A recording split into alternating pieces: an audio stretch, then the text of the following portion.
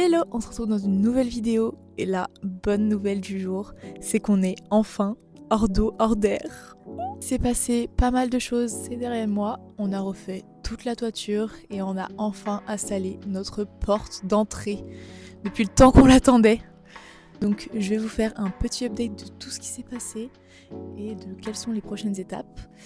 Mais il y a eu du travail de fait, on est trop contents.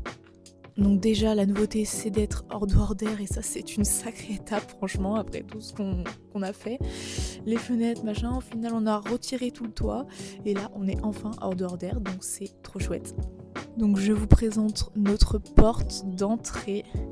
Je suis trop fan, c'est une couponne comme ça. Je suis vraiment hyper fan. Vous me direz ce que vous en pensez, en tout cas, moi j'adore. Ensuite dans la partie salon, salle à manger, pas beaucoup de nouveautés. Donc on avait fait les évacuations, maintenant il faut qu'on continue dehors. Là il nous manque les 2 clés de soutènement à mettre à l'extérieur parce qu'on a également refait tout le mur de façade, je vais vous montrer juste après. Donc dans ces pièces là, pas trop de nouveautés, on est prêt pour le placo. Ensuite de ce côté là, on a coffré la dalle pour la salle de bain parce que du coup il y aura une petite marche pour accéder sur cette partie là à la douche et sur la partie du fond à la baignoire. Donc ça c'est tout prêt, il manque plus que du coup à couler. Ensuite on a notre chambre et là ce qui a été fait c'est des trous pour faire passer du coup tous les réseaux de plomberie, donc là-haut et également en bas pour notamment les radiateurs et donc en bas de chaque côté ici et là aussi. Donc là dans la chambre on est également pas mal. On a également un trou de ce côté là pour rejoindre en fait le salon. Ah, et un trou aussi dans la salle de bain. Et oui parce que c'est vrai qu'on avait pas assez de trous. Franchement j'ai l'impression qu'à chaque fois on rebouge les trous, on en refait, on en rebouge. J'ai l'impression qu'on passe notre vie à faire ça. Si à un moment on peut arrêter de faire des trous, ça serait sympa. Histoire que la maison arrête de ressembler à un gruyère, ça serait top. Et bon, la grosse nouveauté que je vous ai dit, puisque maintenant on est hors d'eau, hors d'air, c'est qu'on a refait tout le toit. Donc vous voyez derrière moi déjà, c'est canon. Bon, on peut commencer dans cette pièce. C'est tellement canon. Je vous mettrai bien sûr des vidéos avant et je vous ai fait une vidéo sur la toiture complètement. Mais vraiment, on a bien fait de s'y attaquer, ça rend trop bien. Puis même pour le plaquis, ça va être bien plus simple aussi de s'accrocher sur les nouvelles pannes et les chevaux. Donc cette pièce là c'est une chambre et là on a le couloir pour accéder à la terrasse. Et donc si on continue ici, on a sur la gauche une autre chambre et donc pareil, tout le toit a été refait. On a continué le conduit pour notre insert bois. Bon, comme vous voyez il est un peu de travers. Pourquoi ? Petite erreur technique en fait, quand on a refait la dalle, du coup on avait mis un boisseau en réserve dans la dalle. Mais quelle fut pas notre débilitude quand on a vu qu'en fait on était presque pile au-dessus de cette poutre là.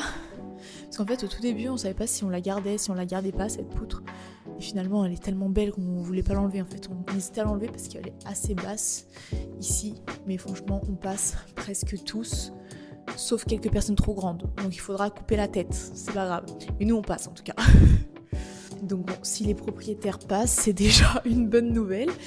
Et donc, je sais pas, on n'a pas fait attention quand on a mis la réserve du boisseau, n'importe quoi. Et donc, voilà. On se retrouve donc avec un petit boisseau biseauté. Mais bon, il a fait ça hyper propre. Mais franchement, ça va très bien. La personne qui va nous installer l'insert nous a dit que c'était pas grave du tout. Donc voilà. Top. Donc là, tout a été refait, c'est vraiment incroyable. Donc sur la partie gauche, je vous disais, on a une chambre ici. Et ici, on a la salle de bain qui est au fond, avec un toilette sur le devant. Avec le toilette qui est là devant.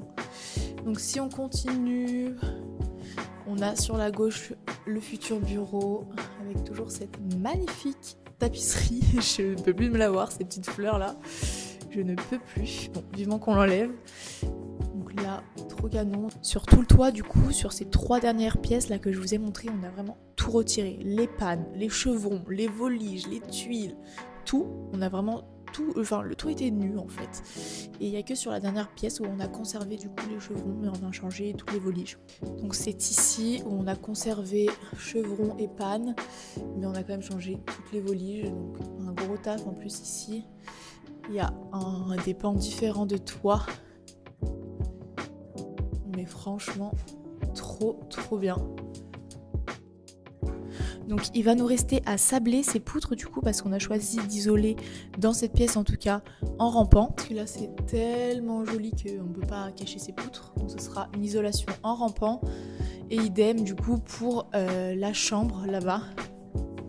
Vu qu'on a cette poutre, donc dans le couloir ça sera un plafond droit mais assez haut pour voir cette poutre là. Et donc là ça fera partie de la chambre. Et donc la poutre sera également apparente et ce sera une isolation en rampant seulement dans la chambre, pas dans la salle de bain, etc. Juste dans la chambre pour pouvoir bien voir cette poutre là, elle sera du coup au-dessus du lit. Donc là ce qui va nous rester à faire en bas c'est faire des trous pour faire passer tous les câbles de plomberie, électricité, etc.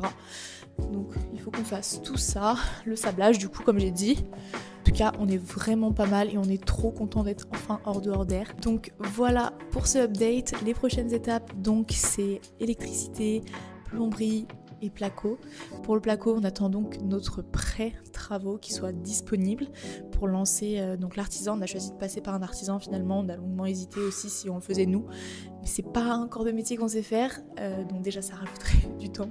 On a 220 mètres carrés d'habitation. Donc apparemment c'est x3 en termes de placo. Donc autant dire que si on voulait respecter notre objectif qui est d'habiter à la fin de l'année pour Noël 2025, c'était strictement impossible. Donc on a choisi de passer par quelqu'un pour que ça aille plus vite. Donc là vraiment on est juste bloqué par le prêt, mais on va commencer un petit peu la plomberie, un petit peu l'électricité, ce qu'on peut tirer, les câbles de VMC, etc. Et voilà, j'ai trop hâte en tout cas qu'on commence le placo, ça va tellement changer la maison. Là clairement c'est brut hein. C'est un peu dur, j'imagine, quand je vous dis là c'est la chambre, là c'est machin, à vous projeter. Moi j'ai les plans, ça fait un moment que je me projette, etc. Mais j'imagine que pour des personnes comme vous, qui c'est pas votre maison à rénover entre guillemets, donc vous n'êtes pas autant plongé dans le truc, ça doit être un peu dur de se projeter. Donc clairement le placo va dessiner les pièces, ça va tout changer, puis même ça va faire du blanc un peu partout. Déjà quand on avait mis une couche de crépi, et là dans la chambre derrière moi pour boucher les trous, ça changeait déjà complètement et c'est beaucoup plus lumineux. Donc écoutez, voilà, dites-moi votre avis déjà sur la porte d'entrée, je serais hyper intéressée de savoir ce que vous en pensez. En tout cas moi je suis trop fan et trop contente de fermer enfin cette maison. Depuis le temps qu'on a des trous partout, le toit, les fenêtres, maintenant on a des trous intérieurs, mais bon, vous me direz peut-être qu'un jour ça sera bon. La dernière nouveauté, c'est notamment à l'entrée où on a refait le mur de façade pour consolider, parce que du coup là-bas il allait clairement tomber, donc c'était vraiment risqué. Après avoir fait tout ça, on veut pas que ça s'écroule, donc on a tout refait. Donc comme vous voyez, on a mis du treillis pour renforcer et crépir par-dessus, mais ça rend trop bien.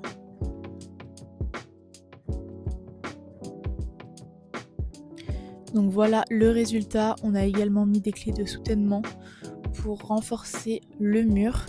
Et donc c'était surtout là-bas qui nous a fait décider de refaire le mur parce qu'il allait clairement s'écrouler. Donc il y a énormément de crépi. On a mis des renforts. C'était surtout cet angle-là en fait.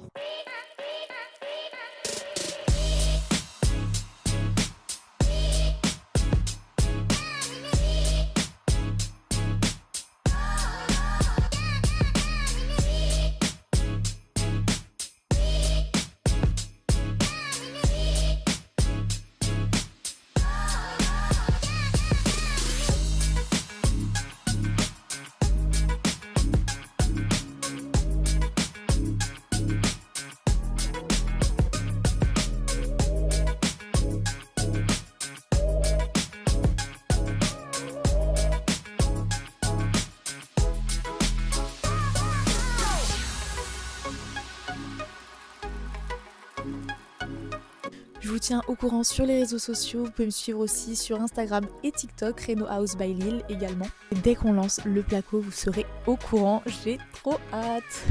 N'hésitez pas à me donner vos avis en commentaire et abonnez-vous.